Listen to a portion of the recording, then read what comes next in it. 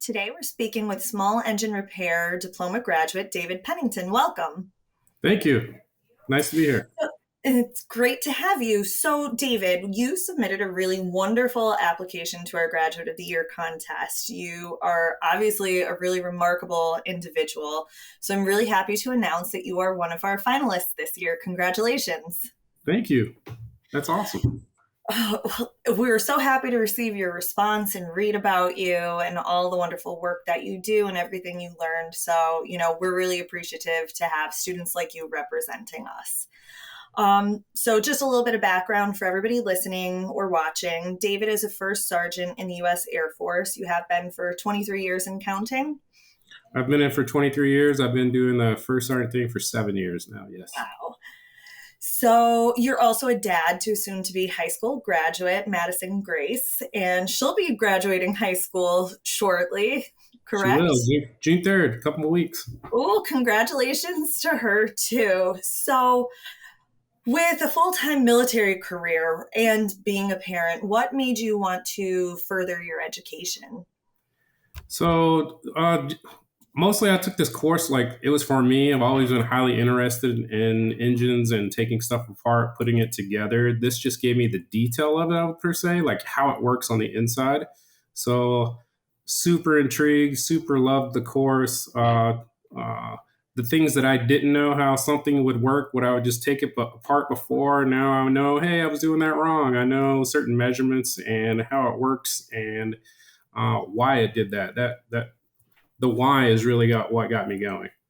That's really interesting. I like that about the why, because sometimes you can look at something, kind of have an idea of, okay, kind of the process of something, but you don't necessarily understand the background behind it. Yes, ma'am. Um, how did you come across Penn Foster, and what was appealing about Penn Foster's program in particular that made it a good fit for you and your family? I I want to say, to be honest, I googled it and it came up first for like one of the best for the small engines repair course. So I looked at it for a couple months. Won't lie, I wasn't pull the trigger. When I got to Korea, though, got intrigued by it again. Looked it up. And then the course just made it really easy. It filled my time with being away from my wife and daughter, and just the ease of access. I was able to do it at home. I was able to on break times pull it up at work, so it was really easy to access. Love that part about it, and I could go in and out. So if I got busy in the middle of something, it pauses right there, and I was able to go back in 2 hours later, a day later, and just knock it out slowly and at my pace. It was actually really great. I will be doing another course soon. Actually, I'm looking at the ATV one. Nice. Good Yeah, to hear. So how was that adjustment going back to school for I'm assuming for the first time in a little bit? I got my master's. It's been a couple years. It it was actually a little easier than the online courses, just the access and how it was laid out on the computer. So the access and it covered it really well on how to get to where and what I wanted. So it was really easy for me actually. That's It wasn't hard at all to get back into it with this course. That's great. So a lot of people initially struggle with the self-paced aspect, just finding the discipline to not procrastinate and get distracted. But I'm assuming being in the Air Force, you're a pretty disciplined individual on your own. So maybe that was a little bit less of a burden. But did you face any other obstacles at first when you started, like finding the right balance between work and school and parenting, and especially with the added part of being deployed at that time, which is a whole other adjustment? Yeah, so with the exercises and with work, being a first sergeant period, I don't have normal duty hours per se. I'm kind of like the easiest way I can explain it is HR for the military, I would say. So all the issues, people's discipline, stuff like that, I advise on all that. So obviously that comes first. So my day could be a normal 9 hour day, or it could go up to like 16 or longer. So just having that time, knowing that I wasn't going to get penalized for not coming back that same day and being able to pick it up where I wanted was amazing.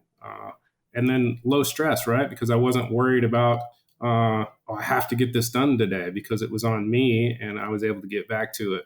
And to those that think Discipline, I have to get this done. I would say pick a course you enjoy. I was highly intrigued by it.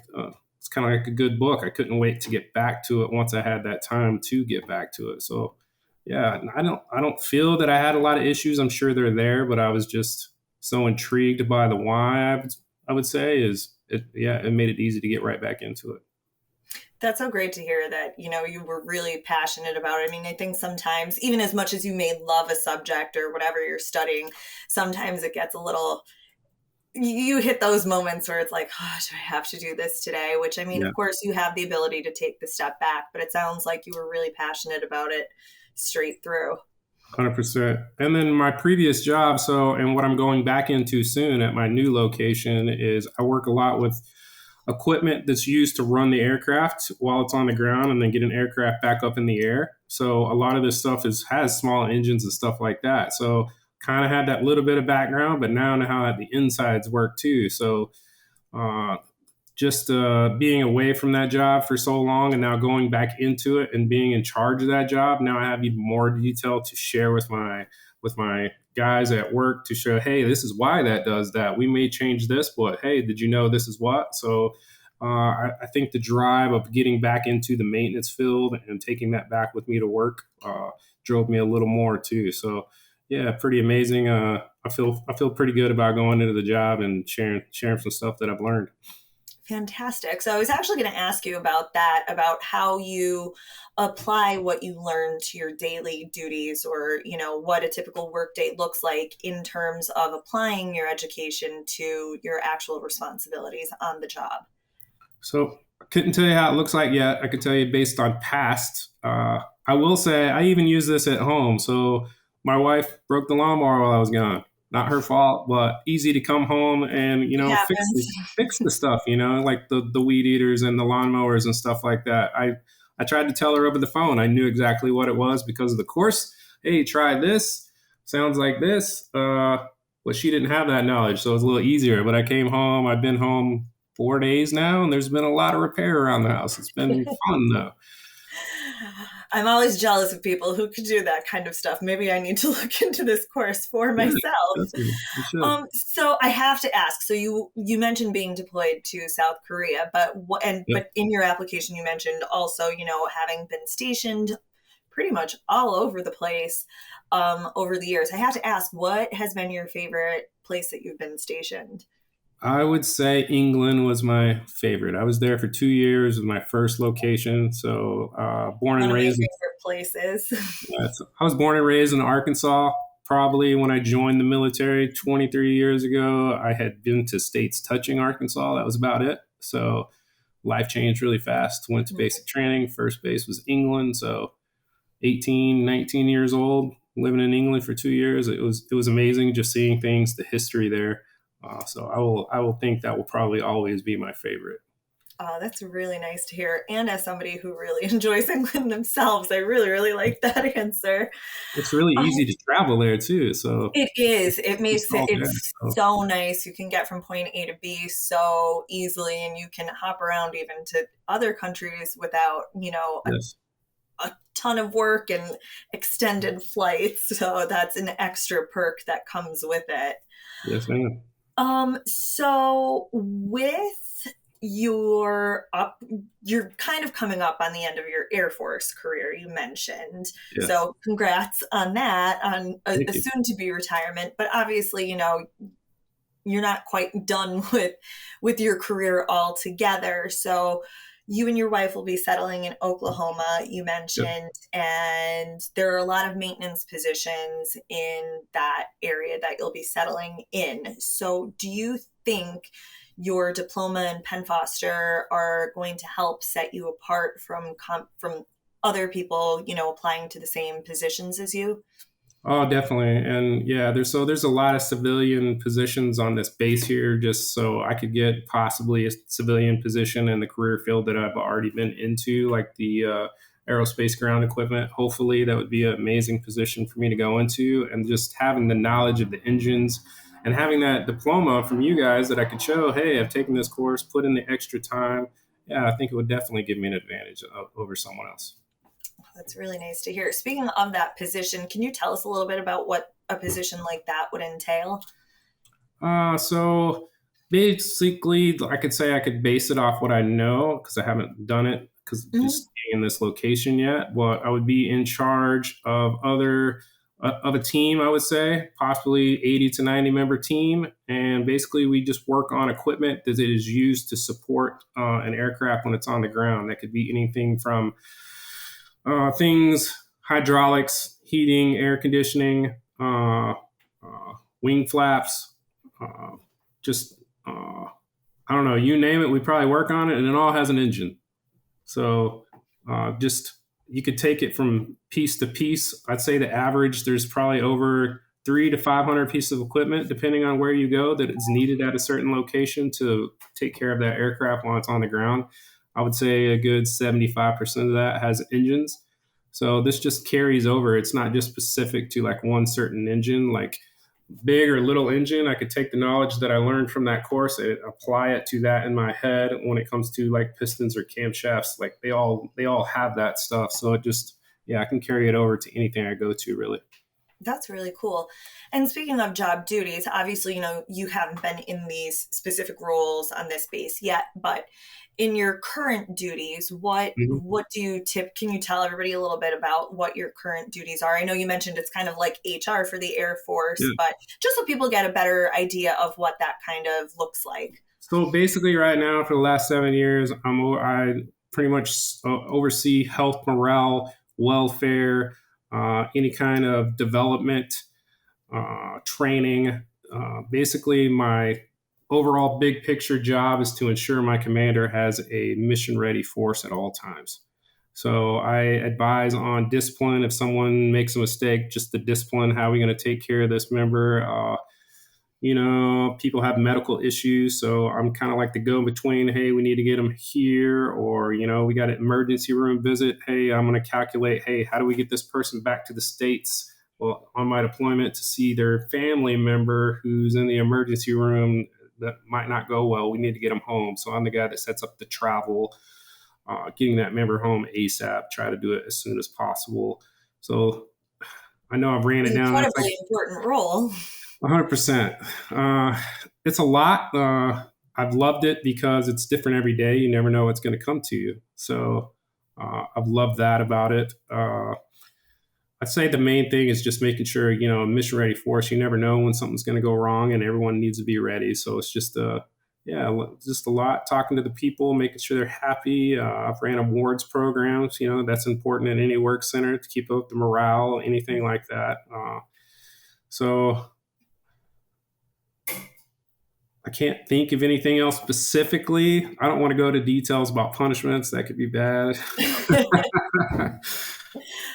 That's okay. Do you think so? I mean, I know your course focused, specifically on small engines, but do you feel like the coursework, especially being online and, just having to be kind of tech savvy in that sense, do you feel like there was anything, in terms of soft skills that were sort of transferable over into your role, whether it's, just getting a better grasp on computers or even just, writing skills, anything like that?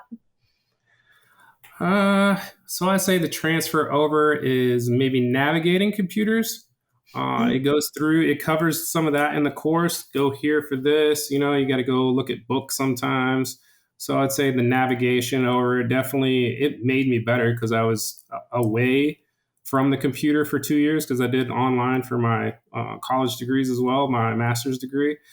But yeah, this got me back into it, but it explains it really well. And like I said, the transition to it, just by the way it was explained, it was super easy. So that transferred over really well. That's awesome. So, in addition to your regular duties, you also mentioned a lot of volunteer work. So, just a hint of all that you do, you created a dorm residency assistance program that focuses on suicide prevention. You were the donation lead for organizing humanitarian aid for over 7,000 evacuees in Afghanistan. First off, what prompts you to take on such stressful but important work? I mean, that's really incredible. So I can go into those two like really quick. The dorm thing, the base that I was at that time, there was an issue. People sometimes people feel so I'm a first sergeant or I'm higher ranking at my job. People don't feel comfortable when they first get into the military to go talk to that top position. So just talking with the airmen and hanging out with them, I learned they talked to each other about their problems. So basically, what I did, I got with some people and we trained about, I think it was like 13 or more individuals. It ended up being more, but the original team was 13. And we kind of made them like mini first sergeants. So we put them through training on how to advise people and how to get them to somewhere to get help because we figured out they would talk to each other. So they weren't giving care because they're not qualified for that, but they were able to tell, hey, go here, or they could just tell, hey, this person needs a friend. So they can come in their offices that we gave them and they can just hang out. And it reduced a lot of issues. Even down to financial issues that people didn't want to get help with. They were getting help with. Like I would say, in the first month, we had over 100 people going out to these supporting agencies for help. So it was pretty amazing. So uh, yeah, that's one of my favorite things, just because I got with the new airmen coming in and totally amazing, smart, way smarter than I was at that time. So it was just great. I loved that part. And That's really then nice. the It probably helps to change the culture in a sense that, okay, you did it for these people initially coming in, but then that's something they can kind of pay, even though you're not, say, at that base right now, they can pay it right. forward to anyone new coming in, and maybe that can be started elsewhere as well as they progress on in different locations. Yeah, and I check in from time to time. Program's still going strong. Yeah, they meet individuals right when they arrive on base, show them to their rooms, show them around the base. So it's pretty amazing what it's taken off to be. And then Awesome. the Afghanistan one. So I got volunteered for that. I thought it was going to be a lot smaller than it was going to be, but turned out to be amazing. We set up some. Put the feelers out to the community. We got a lot of gifts and donations for these people when they were coming over from Afghanistan. And we set up some, I think it was 2 or 3 ports where we could have all the stuff sorted and then take it to the families coming in. So it was just amazing. It paid for itself just by seeing the smiles on like a little kid's face when you give them a toy or a soccer ball. I mean, it was amazing. So It really is the simple things. And, yeah, it probably just gave them that little bit of comfort that they really needed at that moment in time. Something so simple, so significant to them. yeah, it was amazing. Oh, that's great. So, you also, in addition to all of that volunteer work and your schoolwork and being a parent and being a full time sergeant, you also, it says, you did some mentoring work too. Hmm. Can you tell us a little bit about that also? So I usually go to the professional development courses around the base, Mhm. and I've had a lot of knowledge, seen a lot of things with my current job. So I usually share that with the teams. I think some of the stuff I've done this year is NCO development course, where it's basically it was kind of like this on a video because we don't all get together. It was Korea wide though. They set us up. It was an NCO development course, and basically just answered questions. Told them. Programs they could use for their development. It was a lot of back and forth, just them asking questions about, hey, how could I handle this issue? Have you ever seen this? So just mentoring on that and sharing the details on how I would handle it or how I've seen it that way. Because as an NCO, they're going to be training, they're going to have people under them. So then you just need to know how to talk to them and handle those people issues or, hey, how do I get this person to do this without having to yell and just things like that. Great. So, what, to kind of start to wrap it up, what do you think has been the most valuable part of your Penn Foster experience? Uh, to be honest, what I loved about it the most, I was gone away from family for a year and it kind of filled the void while I was taking that course. I was super intrigued about it, kind of took my mind off home a little bit. Obviously, not all the time, but when I was doing it, I was highly intrigued by it.